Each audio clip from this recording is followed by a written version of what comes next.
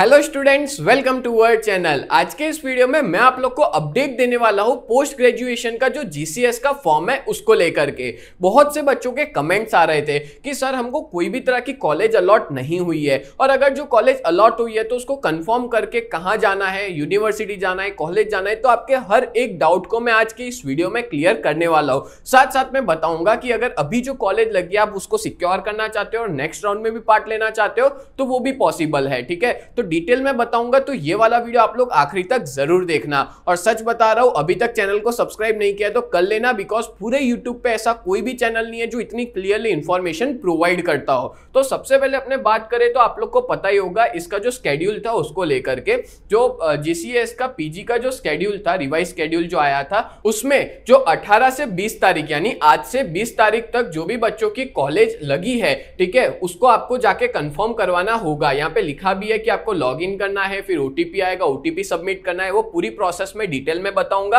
And then after आपको college में offer letter लेके जाना है, आपको प्रिंट लेकर के जाना है। वहां पे आपको सारे original document as well as Xerox copy भी लेकर के जाना, क्योंकि वहां सबमिट करवानी पड़ेगी। और आपकी जो भी यूनिवर्सिटी और कॉलेज लगी है ना, वहां पे जाकर के आपको फीस पे करनी है। दैट मींस कि आपका एडमिशन कंफर्म हो जाएगा। और अगर मान लो आपका नहीं लगता है कॉलेज में, तो आपका नेक्स्ट राउंड में लग सकता है 23 से 24 तारीख के बीच में दूसरी कॉलेज आ सकती है। ठीक है, और अगर मान लो कोई ऐसा बच्चा है जिसको राउंड 1 में कॉलेज जो लगी है उसको सिक्योर रखनी है और राउंड 2 के अंदर भी पार्टिसिपेट करना है, तो वो कैसे करना होगा वो भी मैं आपको डिटेल में बताऊंगा। ठीक है, तो सबसे पहले ये तो मैंने आपको पूरा स्केड्यूल बता दिया जो 23 से 24 में राउंड 2 जो है वो स्टार्ट होने वाला है। ठीक है, अब मैं आपको एक बच्चे का पूरा जो एडमिशन फॉर्म है, जीसीएस का डैशबोर्ड है, वो बता रहा हूं। एक बच्चा है, हमारा स्टूडेंट है, जिसका गुजरात यूनिवर्सिटी में इसने अप्लाई किया था एमकॉम के लिए, मास्टर ऑफ कॉमर्स के लिए। तो उसने जितनी भी कॉलेज डाली थी ना, सच्ची में सारी 20 कॉलेज डाली थी, 20 के 20 कॉलेज में उसका एडमिशन हो चुका है। ठीक है, 20 के 20 कॉलेज ने इसको ऑफर दे दिया बिकॉज इसका रिजल्ट अच्छा था। तो अब दूसरी बात देखिए, हम लोग तो ये जो है वो गर्ल्स थी, तो यहाँ पे गर्ल्स ओनली भी लिखा हुआ है। ठीक है, अब उसको जो जगह पे एडमिशन लेना है वो है एचए। तो आपको भी अगर कोई कॉलेज में एडमिशन कंफर्म करवाना है तो यहाँ पे आपको कंफर्म ऑफर पे क्लिक करना है। जैसे ही कंफर्म ऑफर पे क्लिक करोगे तो आपको ओटीपी आ जाएगा आपके आईडी और मोबाइल नंबर पे। ठीक है, तो यहाँ पे आपको ओटीपी डालना है। और अगर मान लो आप पार्टिसिपेट करना चाहते हो नेक्स्ट राउंड में, तो यहाँ पे जाके टिक भी कर सकते हो। ठीक है, यहाँ पे आपकी ये कॉलेज सिक्योर हो जाएगी। तो यहाँ पे हम लोग ओटीपी डालेंगे और फिर कंफर्म ऑफर पे क्लिक करेंगे। कंफर्म ऑफर पे क्लिक करते ही यहाँ पे लिखा आ गया offer confirm done successfully. Then after यहाँ पे आप लोग देख सकते हो कि उसके बाजू में ना यहाँ पे आपको डाउनलोड का ऑप्शन आ जाएगा, जो कि किसका होगा, ऑफर लेटर का होगा। मतलब उस कॉलेज का ऑफर लेटर यहाँ पे आ चुका है, हम जाकर के डाउनलोड कर सकते हैं।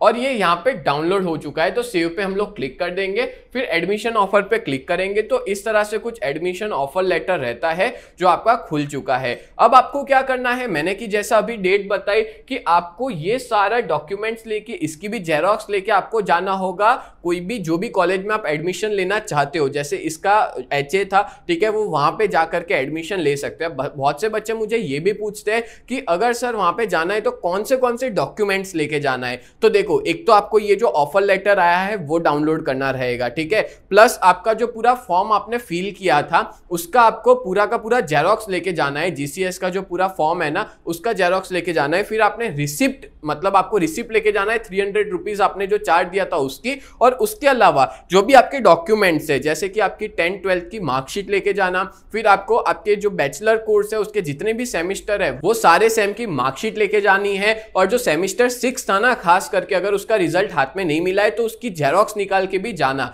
ठीक है, सारे original as well as Xerox copy लेकर के जाना। और अगर आप कोई कास्ट में आते हो, SC ST OBC या EWS, तो आपको कास्ट सर्टिफिकेट लेके भी जाना है। और OBC वालों को नॉन क्रीमी लेयर भी लेके जाना पड़ेगा। ठीक है, तो ये सारी प्रोसेस आपको कंप्लीट करनी है और कॉलेज में जाकर के फीस पे करनी है, तो आपका एडमिशन हो जाएगा। तो ये तो उन बच्चों के लिए जिनको कॉलेज अलॉट हो चुकी है। बट अब बात करें उन बच्चों की जिनको कॉलेज अलॉट नहीं हुई है, तो उनको वेट करना है राउंड 2 का। राउंड 2 में चांसेस है कि आपकी कॉलेज लग सकती है। और अगर कोई चाहता है कि राउंड 1 में लगी है, उसमें तो कंफर्म करना है, सिक्योर रखनी है, और राउंड 2 में जाना चाहता है तो वो भी जा सकता है। बोलो, क्लियर हुआ? तो इस तरह से मैंने आपको डिटेल में बताया है। अच्छा, मैंने कुछ और, मेरे पास और भी बच्चों के फॉर्म है वो मैंने नहीं बताया है। उसमें यही था कि नो रिकॉर्ड फाउंड फाउंड लिखा हुआ आ रहा था, तो इसका मतलब यह है कि आपको कोई भी कॉलेज नहीं अलॉट हुई है। और आपको पता है ये जो फॉर्म होता है ना, इसमें जाकर के आप ये भी देख सकते हो कि आपका जो कट ऑफ है हर एक कॉलेज का वो कितना है और आपका कितना आया है। देखो यहाँ पे लिखा है स्टूडेंट मेरिट जो है वो 78.06 है और उस कॉलेज का जो कट ऑफ है ना